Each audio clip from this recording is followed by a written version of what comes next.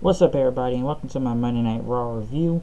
Live from Pittsburgh, Pennsylvania, hometown of Kurt Angle, also Corey Graves and Elias Sampson. But we were live tonight on Raw. Kurt Angle came out to kick off the show.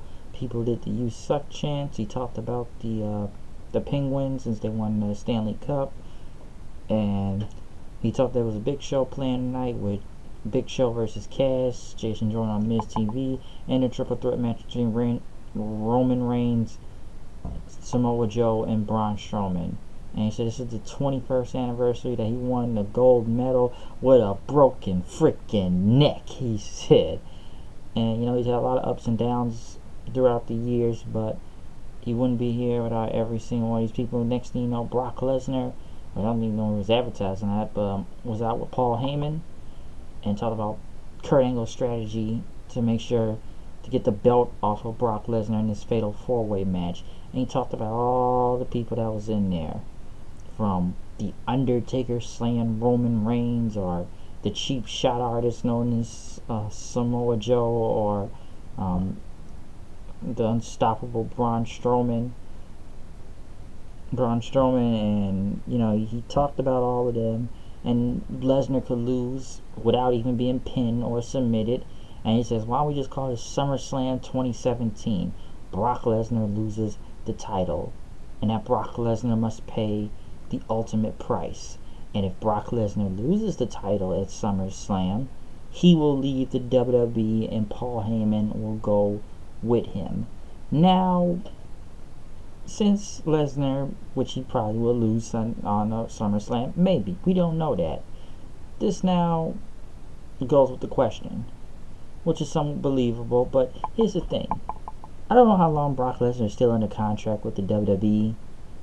I think it's supposed to be until after WrestleMania 34, because first off, we all know what happened during this weekend. If anybody has seen it, UFC 214, John Bones Jones, he beat Daniel Cormier, and sorry if I said his last name wrong.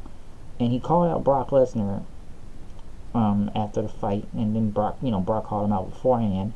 But people wanted to will this fight happen soon enough. But listen, I don't know if Brock Lesnar is still suspended off the UFC after the whole doping thing last year, and he has to go through the USDA testing pool, and I don't think he's even done that yet. So, and I don't know, some say he won't be able to fight till like January, really. But some people wonder, is Brock Lesnar on his way out the company? So the thing is now to believe that Brock Lesnar will lose the belt at SummerSlam, and him and Paul Heyman will leave to go to UFC. Which I don't know, because I don't think his contract's up yet, and like I said before, the whole USADA thing is still going on. So I don't really see that happening. So I don't know if it's a way will Brock still win. I don't know. At SummerSlam, we have no idea how, but that is a hook for it. I'll say that's a good hook to hang on to, because it is believable. And Paul said they'll leave if he loses, but we'll just have to find out and see what happens from there. The Hardys went against Gallows and Anderson. Revival was on commentary. Hardys pretty much picked up the win with the Twist of Fate and Swanton Bomb. I'm surprised it wasn't a squash match again. Next thing you know, they got into a brawl with the Revival then, and then the club came in. All three teams brawled with each other, which Jeff did a poetry in motion off Matt, which was a poetry on motion, but he still jumped off of him and landed on, I think it was Wilder and Anderson off the stage then. So, some people think, will this be a triple threat tag match at SummerSlam, or maybe a fatal four-way for the titles? But I don't think that's going to be happening now. A fatal four-way, maybe a triple threat, most likely with the Hardys, Gallows and Anderson, and Revival. I see many multi-man matches coming into SummerSlam, so watch out. Renee Young talked to Dean Ambrose about what happened last week with him and Seth winning, and y'all look good out there, almost like old times, but that doesn't mean I still trust him. And Ambrose pretty much said he's been burned by Rollins before, and he's not going to get burned again. So they really are going in with this. It's one of the really good angles on there, so I will say that. Does Dean Ambrose trust Seth Rollins? Will he betray Seth Rollins? Will Dean Ambrose turn heel? This is one of the most interesting things, one of the only interesting things on this show. Sheamus and Cesaro then kind of start making fun of Seth Rollins and everything. You know, you should get your episode of Ride Along and have a Ride Along. But Seth Rollins says, "You want to fight? Let's go." And Sheamus said, "We'll fight right now." Which mostly they could be going against each other at SummerSlam. Ambrose and Rollins versus Sheamus and Cesaro. The cruiserweights, I think I've said this many times before, but fuck the cruiserweights, because I do not care.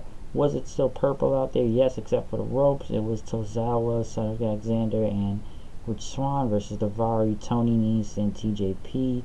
Spot Fest, of course, and I don't know, Tozawa, and then pick up the one with the Sentai over TJ Perkins. So I believe tomorrow night is supposed to be a who is it? Tozawa versus Daivari to see who will face Neville at SummerSlam, which will probably be on the pre-show really for the title. So yeah, the cruiserweights, I just don't care. It's just a spot fest. Miz TV happened. Jason Jordan came out to this.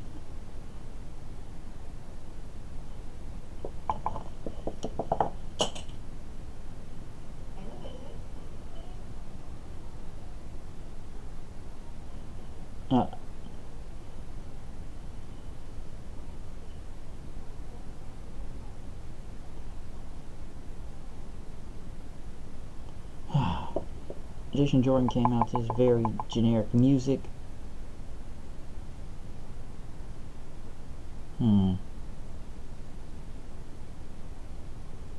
Yeah, Jason Jordan came out to this very generic music as he was a guest, and pretty much a flat reaction really, which some fans started booing him. And you know, the fans, he said the fans are gonna do what they're gonna do, they're gonna say what they wanna do, and Miz said, you know, he did what he could to make fun of Pittsburgh and talk about it, and that he wanted to give Jason Jordan a member of the Miztourage, but he says he was good. And Miz said, you know, I main evented WrestleMania and I can navigate your career to the top, that you need my help. But Jordan said he's not going to do it, and he said he would pass, and then, you know, you're just the general manager's son and everything. And Jordan pretty much said that, you know, Angle said, you know, I didn't want any special treatment or anything, I'm going to do this on my own. And Miz said this company will chew you up and spit you out. And he says maybe it will, but it's better to be associated with somebody like you. And you call him a Miz pretty much called him a washed up old jock, and they get his job out of pity, and you know his best years are behind him because Pittsburgh is just a sad, broken town that nobody cares about. And pretty much Jordan came out and said, you said one more word about Kurt and you're gonna regret it. Next thing you know, he pretty much hit a belly-to-belly suplex on Miz, onto the rest of the Miztourage, knocking them all down. Listen, this promo itself, Jason Jordan is very bland. Okay, like he's bland. Like even last week I thought he was just very vanilla on the mic. He's just a vanilla generic face.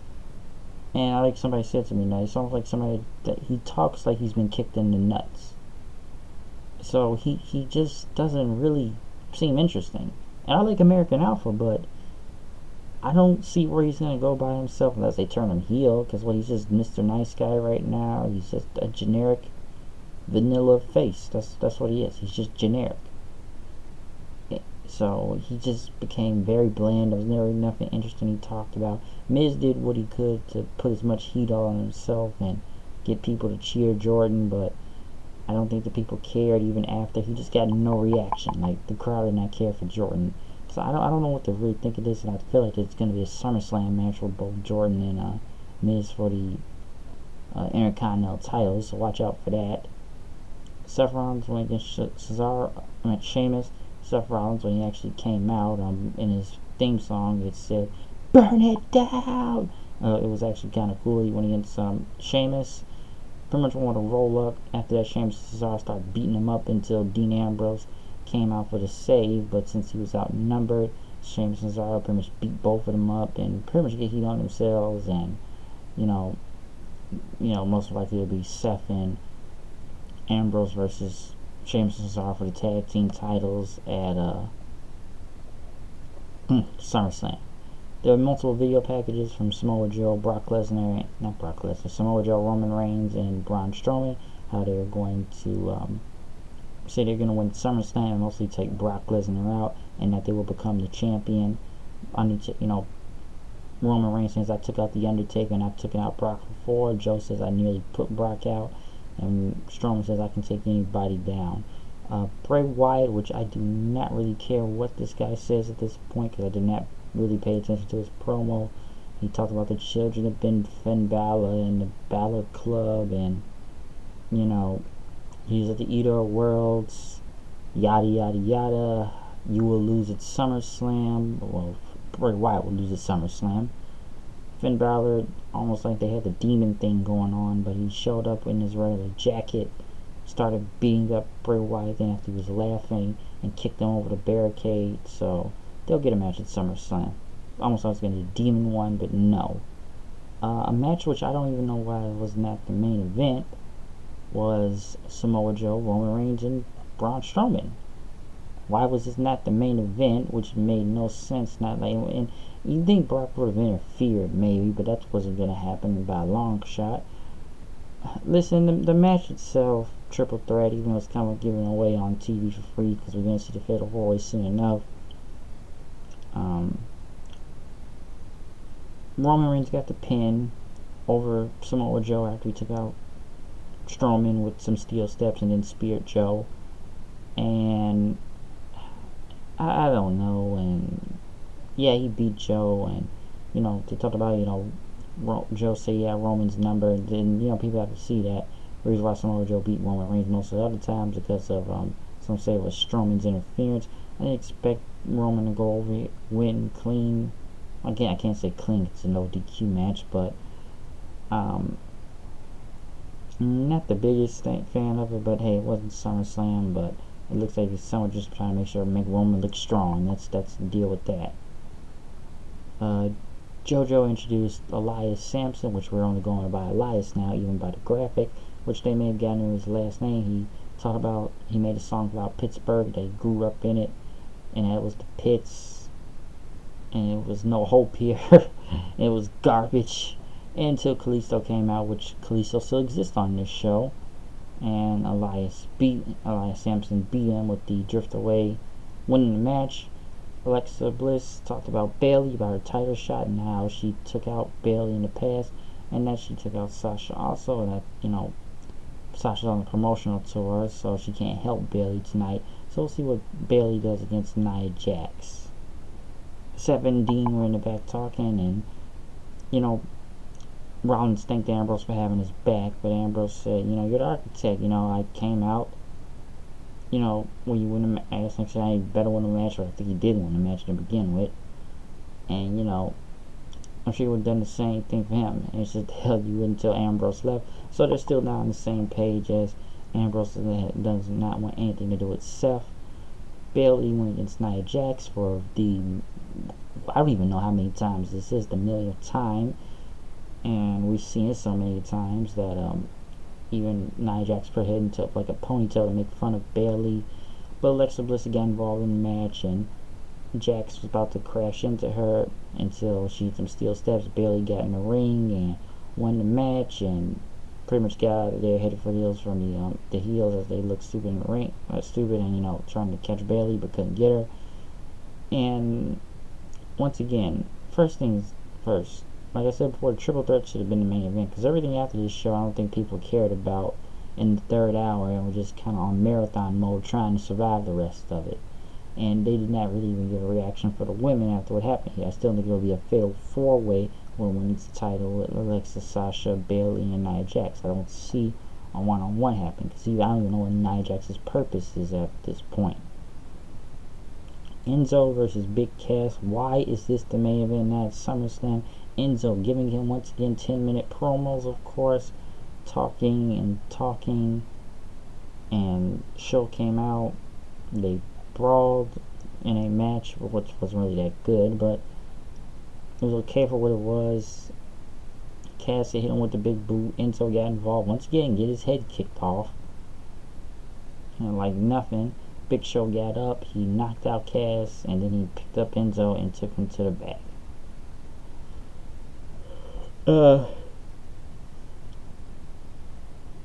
Plain simple, Raw wasn't really that good tonight. Only thing you really think that was really good was most of the beginning segment from Paul Heyman and Lesnar, and I would say the Seth Rollins and Dean Ambrose story. After that, there's really not much to talk about unless you want to add the triple threat and Enzo and Cass and Big Show. I just don't care anymore. I don't know why this is the main event and we this feud is run its course and Enzo gets his head kicked off. Women's whatever, tag teams, like I said, all over the place, but I did like the Ambrose and Rollins story. So it's not much to say from Raw tonight. Not a lot of information. We're still weeks away from SummerSlam, so I guess you need time, but then again, that Raw, like I said, I thought Raw was really good last week. I'll say that, but then again, I think I've said in the past also, you can have one good Raw, or maybe a few good out of Raw, but it doesn't make up for the hundreds of god-awful, crappy ones you put on TV. This episode was just, there was only maybe 2 or 3 that was good, but a lot of it was just bad and did not care for and most likely sucked very badly. Just did not give a crap for with some of these people. But I'm out of here. I'll see you guys later. This camera wants to go blurry on me, so trying to clear it up. This thing will stay course and stay still. But I am out of here. I will see you guys later. Peace out. Comment and subscribe. Reviews all over the place. We'll see you next time.